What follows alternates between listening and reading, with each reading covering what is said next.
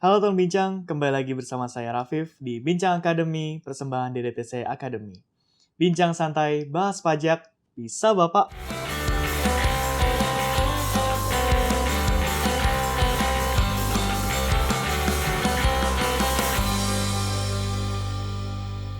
Pada tahun 2022 ini, pemerintah telah merilis dua aturan baru terkait dengan faktur pajak pertambahan nilai. Di awal tahun kemarin ada Per 03 tahun 2022 yang merubah mengenai faktur pajak untuk memfasilitasi adanya aturan di UU HPP kemarin dan juga terbitnya aplikasi faktur pajak terbaru yaitu e-faktur 3.2.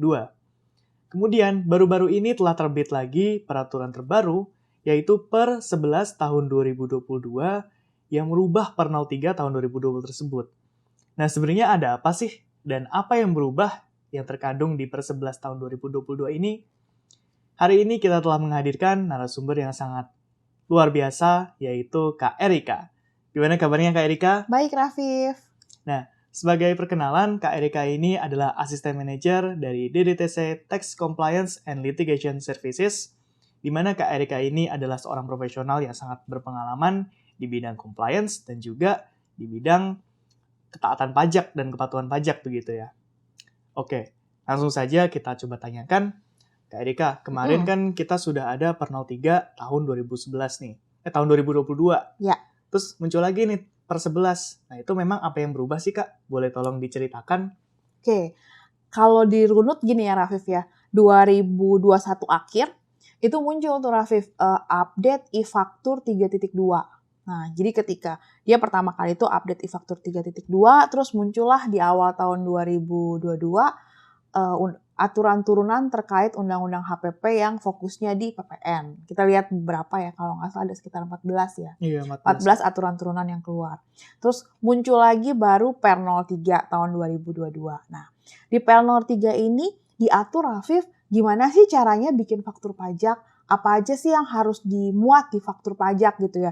Mulai dari nama pembelinya, terus nama pembeli, NPWP pembeli, alamat pembeli, terus nama penjual, NPWP penjual, nama alamat penjual, dan kemudian jenis barangnya apa, jumlahnya berapa, nominalnya berapa. Jadi diatur sedemikian rupa, Rafif, supaya nanti si wajib pajak ini ketika membuat faktur pajak, dia nggak salah lagi nih, gitu. Nah, itu diatur atau dituang di Per 03 tahun 2022. Nah, kemudian yang berubah dari Per 03 ke Per 11 2022, itu ada satu nih, Rafif. Kalau kita lihat di Per 03 tahun 2022 gitu ya, di pasal 6 itu dikatakan bahwa kalau melakukan penyerahan atau penjualan, tapi penyerahan atau penjualannya ini ke kantor cabang, istilahnya gitu ya, ke kantor cabang. Tapi si kantor cabang ini melakukan pemusatan PPN gitu. Jadi PPN-nya terpusat, jadi kirim barangnya ke cabang, tapi NPWP atau PPN si cabang ini terpusat nih di kantor pusat. Nah, itu diatur bahwa nama dan NPWP menggunakan nama dan NPWP si kantor pusat, kemudian alamatnya menggunakan alamat si kantor cabang.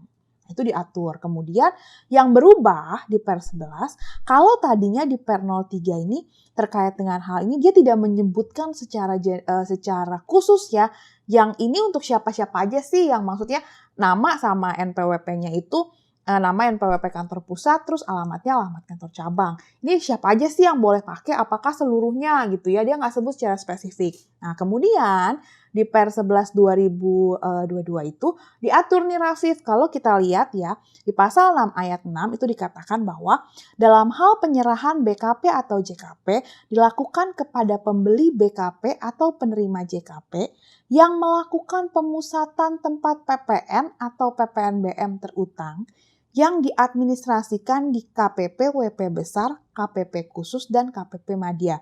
Jadi di sini kalau dari kalimat ini ya, Rafif ya, kita bisa lihat bahwa kalau kita menyerahkan barang BKP atau JKP gitu ya, yang belinya nih, si yang melakukan pembelian itu adalah BKP, pembeli BKP atau penerima JKP itu, dia melakukan pemusatan nih, PPN-nya terpusat. Nah, ketika PPN-nya itu terpusatnya di mana? Diatur di sini. Dia harus terpusat di KPP-WP besar, KPP khusus, atau KPP Madya. Harus di salah satu dari 3 KPP ini gitu ya. Jadi kalau salah satu dari 3 KPP ini terpenuhi, berarti dia harus memenuhi nih komponen keduanya. Komponen keduanya apa? BKP atau JKP yang dimaksud dikirimkan dan diserahkan ke tempat PPN atau PPNBM terutang yang dipusatkan yang berada di kawasan atau tempat tertentu yang mendapat fasilitas PPN atau PPNBM tidak dipungut. Gitu. Nah, kalau ini terpenuhi, satu lagi syaratnya, penyerahan BKP atau JKP dimaksud merupakan penyerahan yang mendapat fasilitas PPN atau PPNBM tidak dipungut.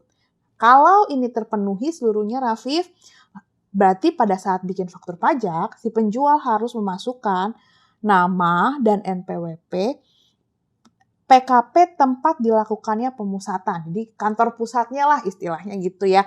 Nama dan NPWP-nya dari nama dan NPWP si kantor pusat. Kemudian alamatnya, alamat tempat PPN atau PPN dan PPNBM terutang yang dipusatkan yang menerima BKP dan atau JKP. Jadi yang menerima nih alamat yang menerima BKP dan atau JKP yang berada di kawasan atau tempat tertentu yang mendapat fasilitas PPN atau PPNBM. Tidak dipungut. Jadi dia harus ada di kawasan atau tempat tertentu yang mendapat fasilitas PPN atau PPNBM tidak dipungut. Jadi kalau tadi di awal memenuhi persyaratan, dia dipusatkannya apa? Di KPP WP besar atau di KPP khusus atau di KPP Madya. Terus kemudian memang penyerahannya BKP atau JKP-nya itu dikirimkan atau diserahkan ke tempat yang berada di kawasan atau tempat tertentu yang mendapatkan fasilitas PPN atau PPNBM yang tidak dipungut. Nah itu berarti nama dan NPWP-nya pusat, tapi alamatnya alamat sih istilahnya cabang lah gitu ya, alamat dari PPN atau PPNBM yang terutang yang dipusatkan gitu, yang menerima si BKP ini.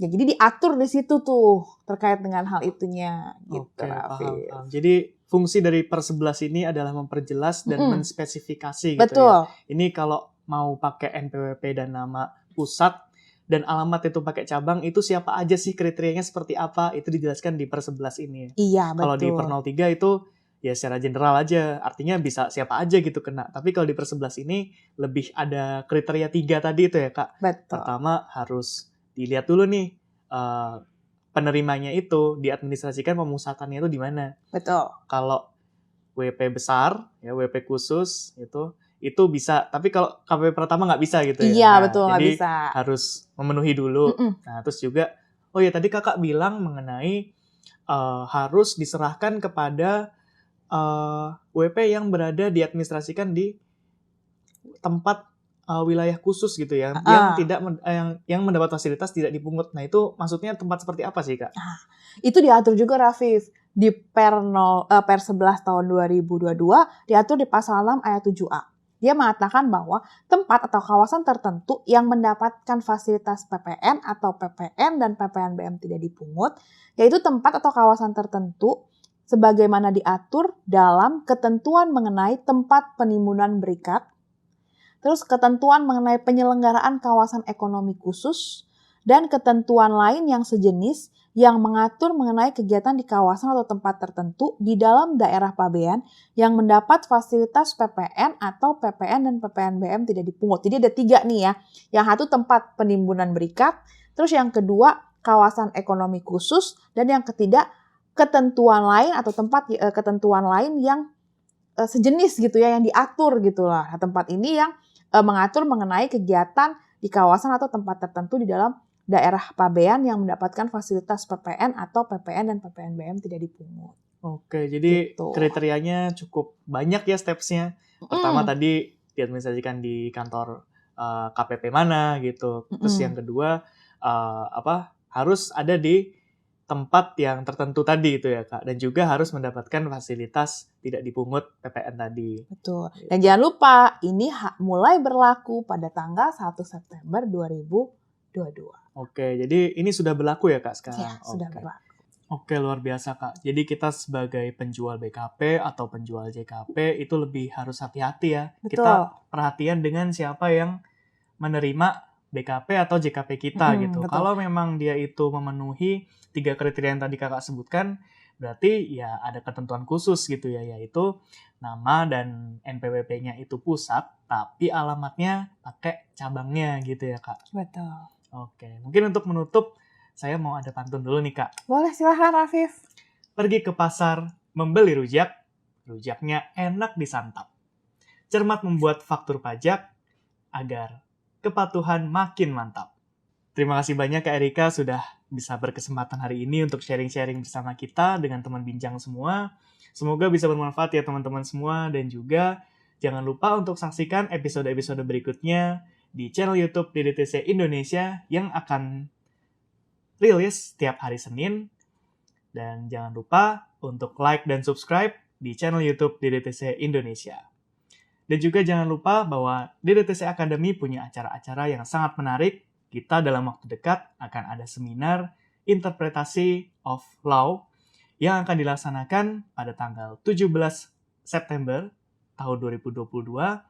Dan juga ada pelatihan lainnya yang menarik. Silakan untuk kunjungi sosial media kita dan juga website academy.ddtc.co.id untuk mendapatkan informasi lengkapnya. Sekali lagi terima kasih banyak Kak Erika. Sama-sama Rafif. Oke, terima kasih banyak kepada teman-teman bincang semua. Bincang santai bahas pajak, bisa Bapak.